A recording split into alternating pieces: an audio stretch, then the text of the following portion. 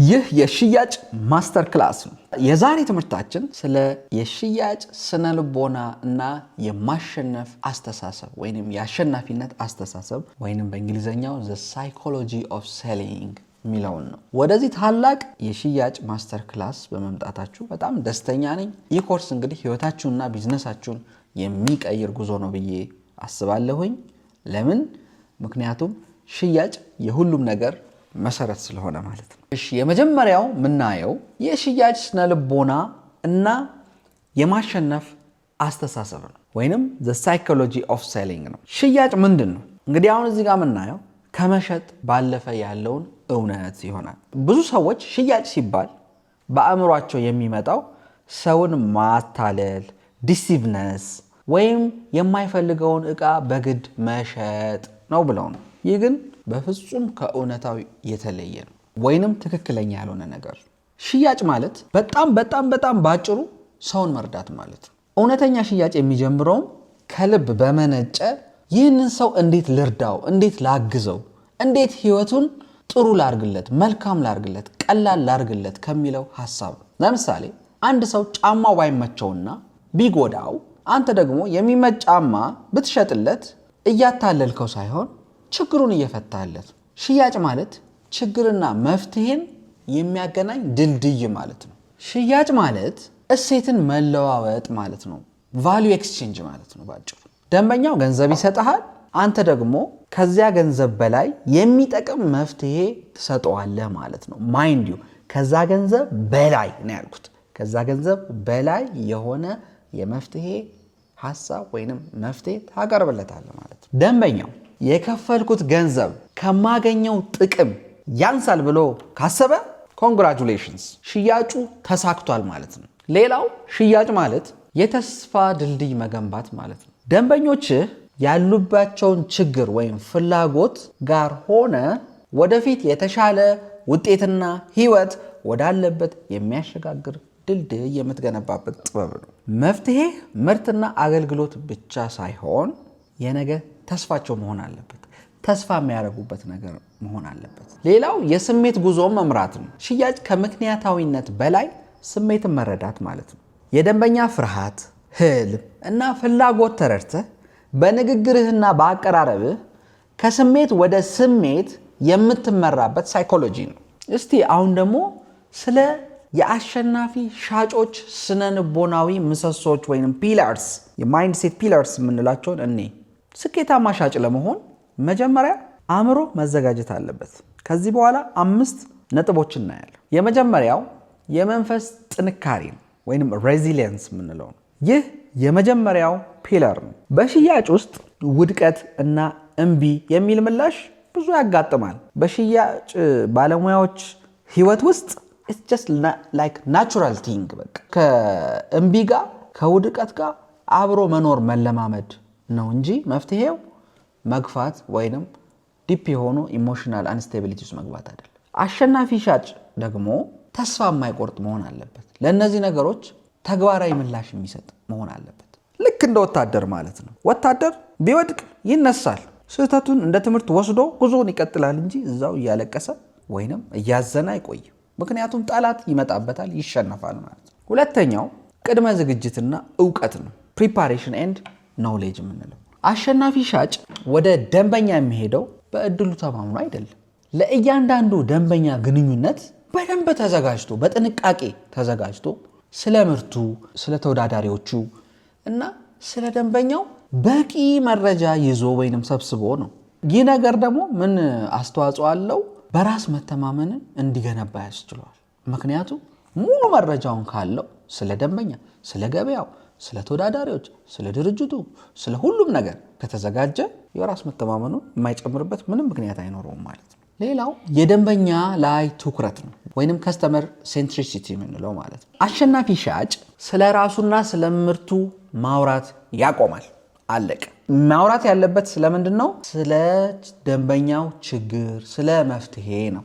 ግን ከዛ በፊት የደንበኛውን ችግር በጥሞና ያዳምጣል። ብዙ ጊዜ የሽያጭ ባለሙያዎች ብዙ ተናጋሪዎች እንደሆኑ የሚያስቡ ሰዎች አሉ። አይደለም፣ ብዙ አዳማጮች ናቸው። የደንበኛውን ችግር ካዳመጠ በኋላ ፍላጎቱን በደንብ ይረዳል። እውነተኛ ሻጭ የደንበኛውን ህይወት በተሻለ መንገድ የመለወጥ ቅን ፍላጎት ያለው ነው እንጂ ከኪሱ ብር ለማውጣት የሚሄድ ባለሙያ ማለት አይደለም። ሌላው ሐሳብ የማያቋርጥ ትምህርት ወይንም continuous learning ነው። ገበያውና የደንበኛ ፍላጎት ሁልጊዜ ይለዋወጣል፣ ተለዋዋጭ ነው። ይሄ የዓለም ባህሪ ነው፣ ይለዋወጣል። ታዲያ አንድ ሰው 10 ዓመት ቆየው፣ 20 ዓመት ቆየው፣ 30 ዓመት ቆየው ብሎ አውቄያለሁ ከዚህ በኋላ ማወቅ አይጠበቅብኝም ብሎ ማሰብ it's a foolishness፣ አይጠቅምም። ከገበያ ወደ ኋላ ያስቀራል። ሲሆኑም ያየን ድርጅቶችም ሰዎችም አይተናል። ሁል ጊዜ ከጊዜው ጋር መራመድ ያስፈልጋል። ከጊዜው ጋር አብሮ መሄድ ያስፈልጋል። ለምሳሌ አሁን ያለንበት ይህ ዲጂታል ወርልድ ነው። ስለዚህ ዲጂታሊ ካልመጣ በትራዲሽናሉ መንገድ በባህላዊ መንገድ እሄዳለሁ ብትል ገበያው ራሱ መጥቶ ያስወጣል ከገበያ። አሸናፊ ሻጭ ራሱን እንደተማረ አድርጎ አያስብም። በየጊዜው አዳዲስ ስልቶችን ይማራል፣ ይነድፋል፣ ያነባል፣ ተሞክሮቹን ይቀስማል። ሌሎች ልምድ ካላቸው ሰዎች ብዙ ሐሳቦችን ይወስዳል። ልምድ ያላቸውን ሰዎች ሜንቶር አድርጎ ይማራል። ይህ ደግሞ ለዘላቂ ስኬት ትልቅ ቁልፍ ነው። ሌላው ሐሳብ አዎንታዊ አስተሳሰብ ወይንም ፖዚቲቭ ማይንድ ሴት። ከሁሉም በላይ አሸናፊ ሻጭ ስለ ራሱ፣ ስለ ምርቱ፣ ስለ ደንበኛው ሁል ጊዜም አዎንታዊ አስተሳሰብ ሊኖረው ይገባል። አለቅ። ይህ አመለካከት በፈተናዎች ጊዜ ተነሳሽነትን ይሰጣል፣ ደንበኞችን ይስባል። እኔ ሻጭ ነኝ ስትል ኩራት ሊሰማህ ይገባል። ምክንያቱም ሰውን እየረዳ ሰውን እያገዝክ ስለሆነ ማለት ነው። ያመጣውን ገንዘብ ለፍቶ ጥሮ ግሮ ያመጣውን ገንዘብ ሜዳ ላይ እንዳይበተንበት የኢንቨስትመንት አድቫይዘሩ ስለሆንክ ልትኮራ ይገባል። ሌላው አንተ ወደድክም ጠላህም የኢኮኖሚው ትልቅ አንቀሳቃሽ ሞተር ነህ። ሌላው እንድናየው የምፈልገው ነገር ይሄ የአይሆንም ፍርሃትን ማጥፋት ወይንም ሪጀክሽንን ማስወገድ ነው። የሪጀክሽንን ፍርሃት ማስወገድ ነው። በሽያጭ ውስጥ ትልቁ ጠላት አይሆንም የሚል መልስን መስማት ነው። ነገር ግን አይሆንም ማለት ብዙ ጊዜ አንተን አይደለም። ዶንት ቴክ ኢት ፐርሰናል አይደለም። ለቀረበው ምርት ወይም ለጊዜው አይሆንም ነው የተባልከው። እዚህ ጋር የቁጥር ጨዋታ ማየት ያስፈልጋል፣ ወይንም ሎ ኦፍ አቨሬጅስ ማየት ያስፈልጋል። ለምሳሌ 10 ሰው አነጋግረህ ቢሆን እና አንድ ሰው ቢገዛ እያንዳንዱ አይሆንም የሚልህ ሰው ወደ ገንዘብ እያቀረበክ ነው ማለት ነው። አይሆንም የሚሉን ሰዎች እንደ ደረጃ ውሰዳቸው፣ ወደሚቀጥለው ገዢ እየወሰዱህ እንደሆነ አስብ። ሌላው ሐሳብ በራስ መተማመን ወይንም ሰልፍ ኮንፊደንስ። ሰው ምርትህን ከመግዛቱ በፊት አንተን ይገዛሃል፣ ወይንም ፐርሰናል ብራንድህን መሸጥ አለብህ። መጀመሪያ አንተን ይገዛል፣ ከዛ ድርጅቱን ይገዛል፣ ከዛ ፕሮዳክቱን ይገዛል። በምታወራው ነገር ላይ ጥርጣሬ ካለህ እመነኝ፣ ደንበኛው ወዲያውኑ ጥርጥር ውስጥ ይገባል። በራስ መተማመን የሚመጣው ስለ ምርትህ ካለቅ ጥልቅ እውቀት መሆኑንም አትርሳ። ደንበኞች ለምን ይገዛሉ? ባይንግ ትሪገራቸው ምንድን ነው? ሰዎች የሚገዙት በሁለት ዋና ምክንያቶች ነው። አንደኛ ህመምን ለማስወገድ ነው፣ ወይንም to avoid pain ነው። ይህ ማለት ምን ማለት ነው? ለምሳሌ ታሞ መድኃኒት መግዛት ወይም ኪሳራን ለመከላከል ሶፍትዌር መግዛት ህመምን ለማስወገድ የሚደረግ ጉዞ ነው። ስለዚህ አንዱ ምክንያት እሱ ነው። ሌላኛው ምክንያት ደስታን ለማግኘት ነው። ደስታን ለማግኘት ነው to gain pleasure ማለት ነው።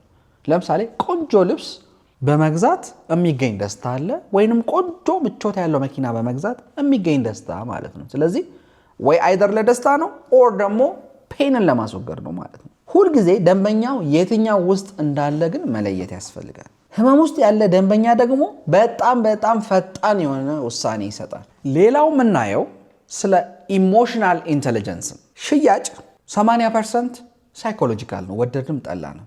20% ነው ቴክኒክም ታክቲክም ስትራቴጂ በሉት ኮንትሪቢዩት የሚያደርገው ማለት ነው። ኢምፓቲ ወይንም ርህራሄ ምንድን ነው? እዚህ ራስን በደንበኛው ጫማ ውስጥ አድርገ መመልከት ማለት ነው። እና ደንበኛው ይህ ሰው የእኔ ጥቅም ይታየዋል፣ ለእኔ ተጨንቋል፣ ተጠቧል እያለ ሲያስብ ሲመለከት የኪሱን ቁልፍ አሳልፎ ይሰጣል፣ በእጅ ውስጥ ማስገባት ትችላለህ ማለት ነው። ሌላው አክቲቭ ሊስኒንግ ነው፣ በንቁነት ማዳመጥ። ብዙ መናገር የሽያጭ ባለሙያ ባህሪ አይደለም። ብዙ ማዳመጥ ደግሞ የጎበዝ ሻጭ ባህሪ ነው። ደንበኛው ሲያወራ የሚፈልገው ነገር ሁሉ በንግግሩ መሃል ይነግራል። ብዙ ማስወራት ያንተ ጥበብ ነው። ምን በማድረግ ብዙ ጥያቄ በመጠየቅ። ስለዚህ ስታወራ ከወሬ አብዛኛውን ድርሻ ሊይዝ የሚገባው ጥያቄ ነው ማለት ነው። ዋናው ስራ ያንን መረጃ ሰብስቦ ወደ መፍትሄ መቀየር። አለቀ። እስቲ ተግባራዊ ልምምድ እንይዝ። ጋር ዛሬውኑ አሁን ያነሳናቸውን ሐሳቦች ተግብራቸው። ስለ ምርትህ ወይም ስለ አገልግሎትህ 10 ጥቅሞች ወይም ቤኔፊትስ እስቲ ዘርዝረህ ጻፍ። አሁኑኑ ጻፍ። እነዚህ ጥቅሞች ደንበኛው ላይ የሚፈጥሩትን ስሜት ጻፍ። ለምሳሌ ይህ ኮርስ ሽያጬን ይጨምራል ከማለት ይልቅ ይህ ኮርስ የገቢ ዋስትና ስለሚሰጠኝ በሰላም እንድተኛ ያደርገኛል ብለህ ስሜታዊ ማድረግ ማለት ነው። ሌላው የሰዎች ውሳኔ አሰጣጥ ሳይንስ ነው፣ ወይንም the neuroscience of buying የሚለውን ነው የምናየው። የሰዎች የገዥነት ባህሪ ወይንም neuroscience of buying ደንበኞች ለምን እና እንዴት አንድን ዕቃ ለመግዛት እንደሚወስኑ በአንጎላቸው ውስጥ ያለውን የነርቭ ስርዓት እንቅስቃሴ የሚያጠና ትልቅ ሳይንስ ነው። ሰዎች አብዛኛውን ጊዜ በምክንያታዊነት ወይንም ሎጂካሊ የምንገዛ ቢመስለንም ሪያሊቲ እሱ አይደለም።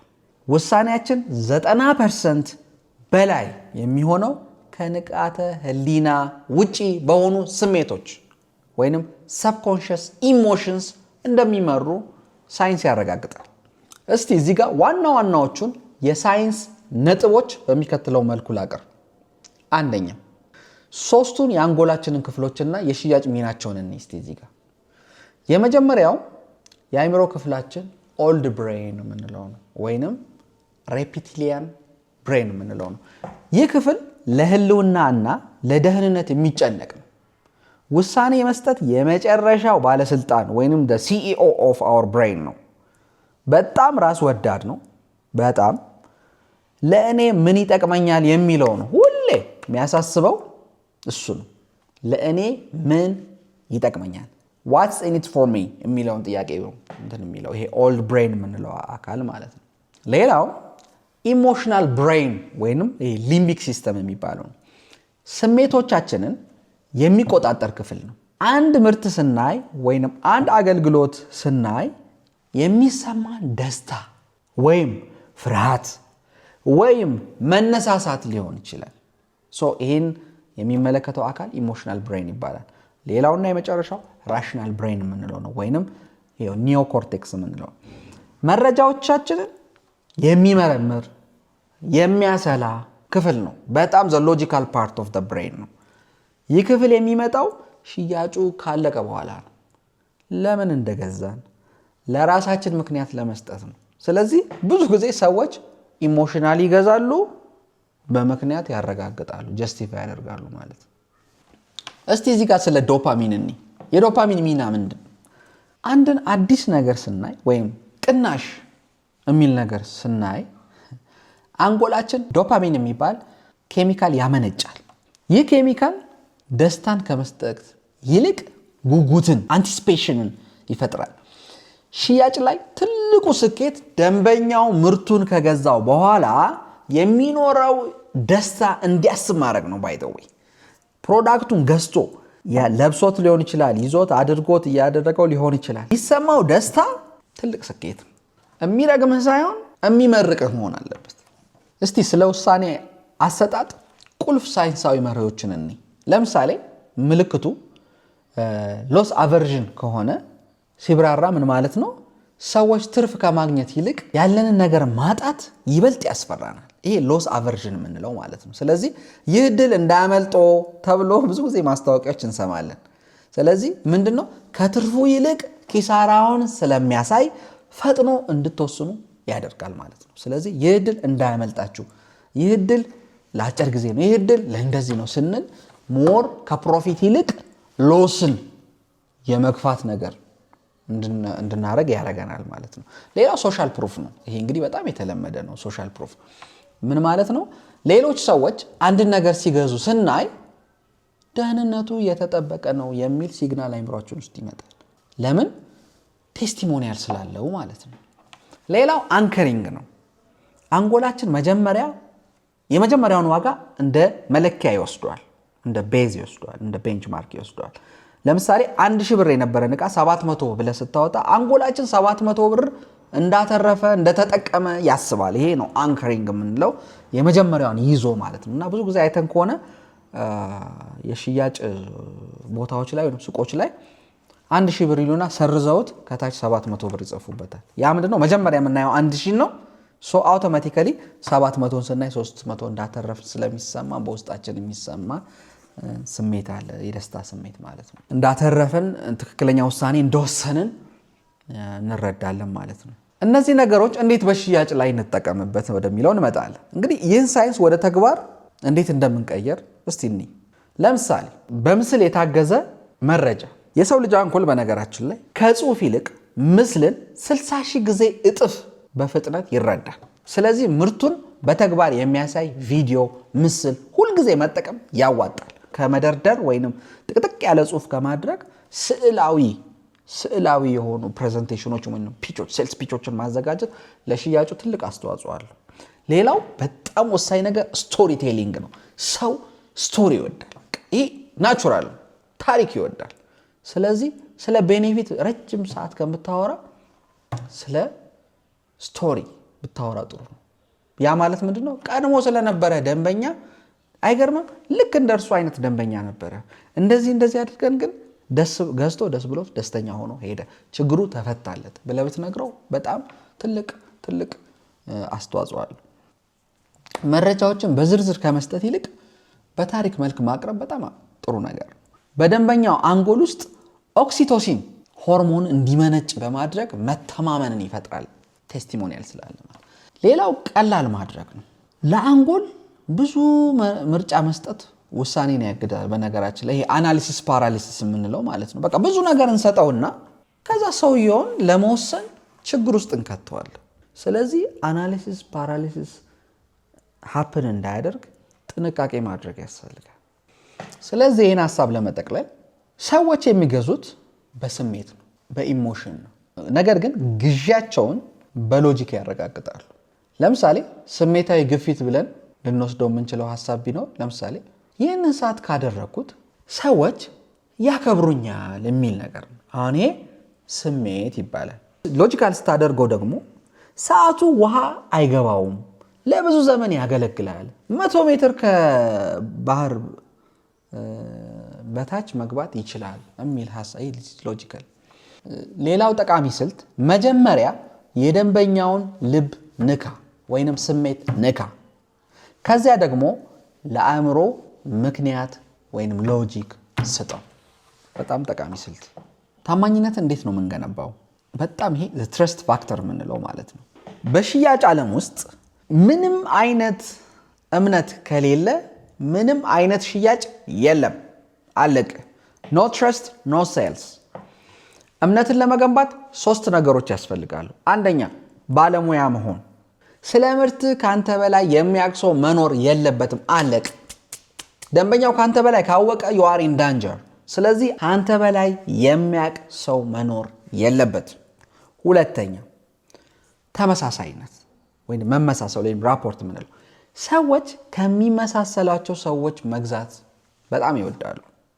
የደንበኛውን ንግግር ፍጥነትና ስሜት እየተከተልክ አብረህ ኢሚቴት እያደረግ እየተመሳሰልክ፣ ለምሳሌ በጣም የተረጋጋ ሰው ከሆነ አንተ የምትጮህ ከሆነ አንድ ላይ ሊሄድ አይችልም።